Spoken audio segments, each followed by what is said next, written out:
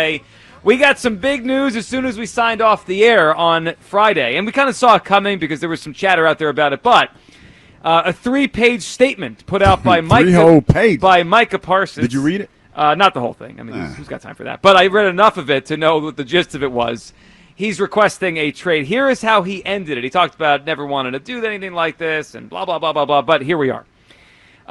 Quote, not one demand has been made by my agent about money or years or anything else. Still, I stayed quiet. But again, after repeated shots at myself and all the narratives, I have made a tough decision. I no longer want to play for the Dallas Cowboys. My trade request has been submitted to Jerry Jones personally. Micah Parsons has requested a trade away from the Dallas Cowboys. Before we get into the ramifications now for the sport, the Cowboys, the Eagles, what's your reaction to Parsons formally requesting a trade? I wonder what happened behind closed doors. There was a lot that happened with this story this weekend. Yep. You know, there's a Dez Bryant angle. There's a Nicki Minaj angle that has to do with all of this, which is kind of weird. But I'm wondering what happened behind closed doors. There's also a Jay-Z angle and, some shady dealings that they're saying that Jerry has done in the past. So I'm more curious to know what is going on down there in Dallas, and what did Jerry do to burn this bridge? Well, let's hear from Jerry, who spoke this weekend after the Micah Parsons trade request. Here's Jerry Jones on if he would actually consider moving his star pass rusher. Jerry, are you considering trading Micah Parsons? Well, let's put it like this. Surely you guys have been around this stuff and know to recognize negotiation talk, that type of thing, and so that's where I put that. So are you considering it? I'm not. At this, the facts are that that's like anything else. I think the world of Micah, and that's just part of negotiation. Would you ever consider trading Micah? Again, I don't really place that with any real seriousness. Micah's got a bad back. That's like being traded. What?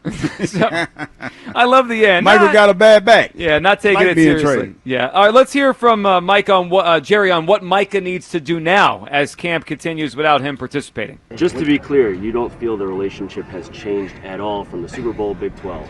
Again, I know my attitude, and my attitude is the same one I've had. I think the world of Micah, he's an outstanding player.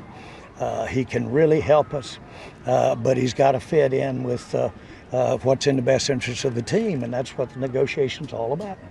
Oh, there it is. One more here. Jerry, are you sure the relationship between you and Micah has not changed here? Do you think this relationship is salvageable? I think the relationship is what it is. What it is. Period. What is it? What it is. Well, it's our relationship. I sat with him at the Big 8 to Big 12 championship. I sat with him at the Super Bowl. I like Michael.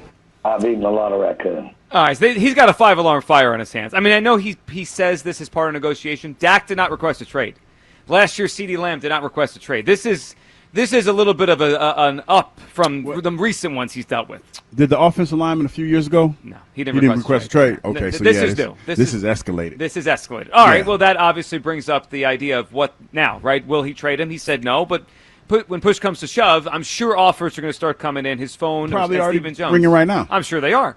Well, then the question is, what should the Eagles offer? At least that's the question in my mind. I want to hear what everyone thinks on this, and I know there's a lot of people out there who just have like the he's a Cowboy thing, and they don't want him here, don't like him. And that's fine. But we can be real about the player. He's one of the best players in the league. He's one of the best pass rushers in the league. And based on the early part of his career, he's one of the greatest young pass rushers ever. Like in terms of sacks in his first 4 years. Yeah, he's a baller. He's a beast. Yeah, very few players have done what he's done. So there's obviously a resume there. I want him here. I've wanted him here for a long time. I know he's a goofball. the Eagles have brought in other goofballs, and they put them in this culture, and they win Super Bowls with goofballs. I mean, Darius Slay was a goofball with the Lions. He was a goofball here, but he was. I don't think you can compare Slay to Micah. Why? I don't think so. Podcasts, they talk a lot. Well, hold on. Podcasts, they talk a lot. When things don't go well, they blame everybody else. But yet, you brought Slay here, and he was a loser before he got here. He lost every week. I mean, Slay lost for 6 years, and then he got here and he became a winner. You really felt you slept on this. You came with a strong. They're very similar. Yeah, I don't think so, but I hear you. What is dissimilar? I think that the caliber of player that Micah is head and shoulders above what Slay was. And Agreed. Slay was tolerable.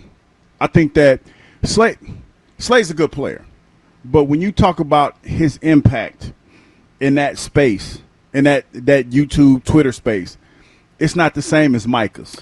Micah's bigger. You and I see that. I'm just saying the Eagles have shown they'll bring in a guy that is got some me tendencies if they can help the team win. And Slay didn't just help them win. They got to 2 Super Bowls and won one with them. I would even say CJGJ is not in the same space as a Micah Parsons. Because he's better than those guys. Well, yeah, and they both were loudmouths, but they were, I guess for a lack of a better way of saying it, controllable to a certain extent because their footprint in that social media space wasn't as big as Micah's. Sure. Micah's more of a distraction. I mean, and right now, clearly he is. I've seen this, though, for his entire career. When he's on the field, the Cowboys have one of the best defense in the league. When he's off the field, they stink. I mean, when he got hurt, they felt like they were terrible. Yeah. I want him here, and I would make an offer. Now, would they trade him to the Eagles? Nah. Probably not, but sometimes in sports, if you make the best offer, teams make them offer they can't refuse. Exactly. Well, I would do that. So let me throw an offer at you. To me, this is a seamless. No. No matter what. Well, okay, what you about to offer? Well, I mean, you said no before I even said it. Oh, okay, what you about to offer? Nolan Smith and a first-round pick. No. What is Micah Parsons done in the postseason? But that's not a fair way to I mean, yes, it is. No, it's not. To me, it is. Nolan Smith. It's not. Isn't a stat where Nolan Smith has the most sacks in the postseason than any other Eagle? The next 5 years, who's the better player? I would say Nolan Smith. Oh, come on. Nolan Smith, the one thing I'd be shocked. I like Nolan. I'd be shocked if he's the better player than Micah. This is a fact.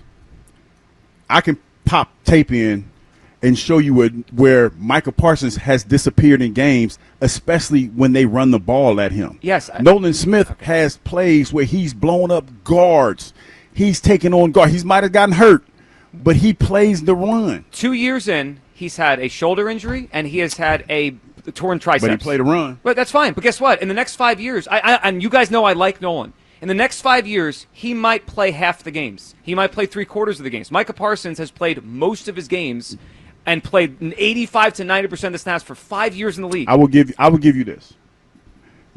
Micah Parsons has been on the field more than Nolan Smith. Of course. But Micah Parsons also has disappeared in big games a lot more than Nolan Smith.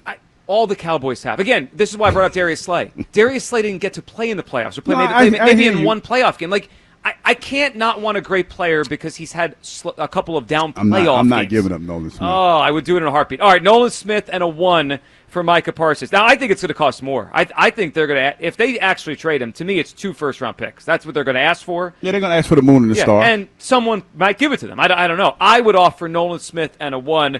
Kyle, famously, you've been anti-Micah Parsons over the years when these kind of things have come up. This is probably the closest we've gotten to their relationship down there breaking apart where he could be had. Would you offer Nolan and a 1 for Micah? You know I've been all about trying to get a star pass rusher on this team, especially this offseason. Mm-hmm. I'm not even considering trading for Micah Parsons. He is such a loser, it's not even funny. And the Slay comp doesn't work for me. When we brought in Darius Slay, it took 2 years for the Eagles to become winners. They didn't become winners because they got Darius Slay here. No, but they were comfortable bringing in a guy that is a little bit of a me guy, but a good player. But I think what you're missing is the difference in the Eagles situation when they brought him in versus what it is right now. The Eagles are at the top of the mountain right now. Mm-hmm.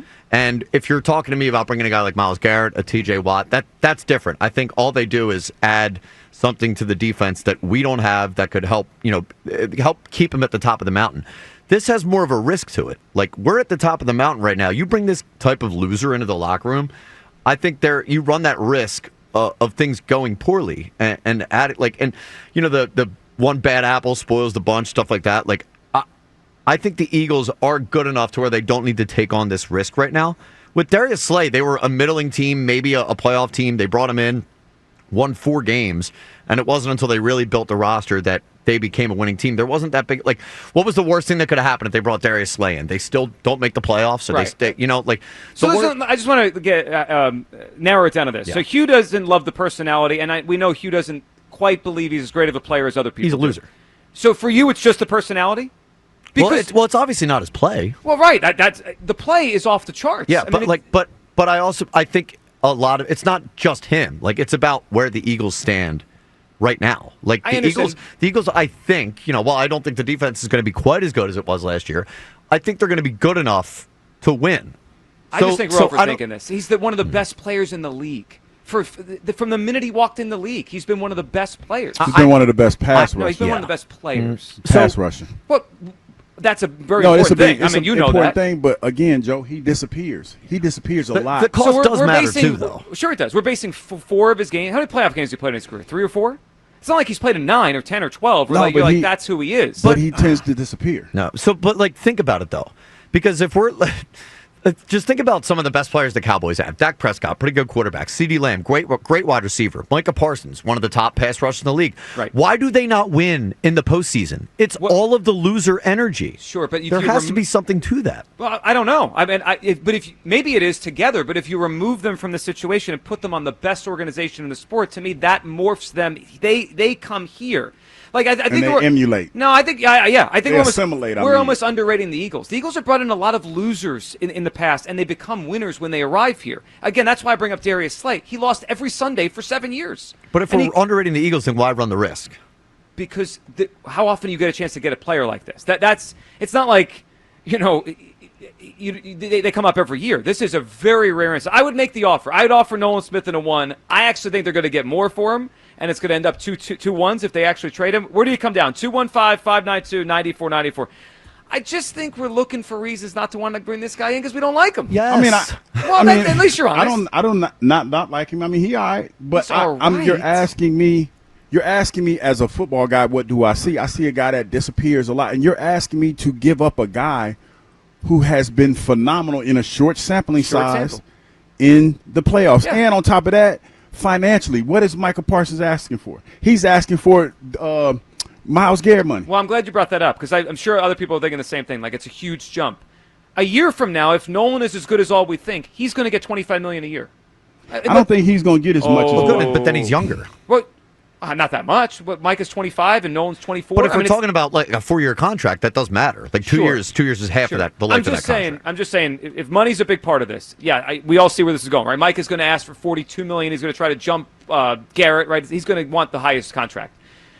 Nolan's not going to be cheap for much longer if he's as good as we think he is. Karlaftis just got, what, $496? Karlaftis is a complete player, too, though. But Karlaftis, if you look at their numbers, a year, if Nolan has the kind of year when we had him in our RV here, right? And you guys were joking about his sack goal. Yeah. If he reaches his sack goal, my prediction is Nolan Smith's going to get 4 years, $100 million next offseason. But then the difference between him and Micah is negligible, and you get to keep the first-round pick. Sure, I get it. I'm just saying it's not $40 million to dirt cheap. Right now, Nolan's dirt cheap. He's not going to be that much cheaper for a while. All right, 215-592-9494. Where do you come down? This thing blew up on Friday. I would make that offer, Nolan Smith in a 1 for Micah Parsons. I don't get caught up in the Cowboy thing or the loser thing. He's here. He's one of the best players in the sport. He would dominate, and they win a lot of football games with Micah Parsons. Do you want him? Sounds like Hugh and Kyle really want no part of this guy. And Zero. I don't see it the way you see it. I just don't see him being. Hugh has vision. I do have vision, though. I do. I just don't see it the way you do.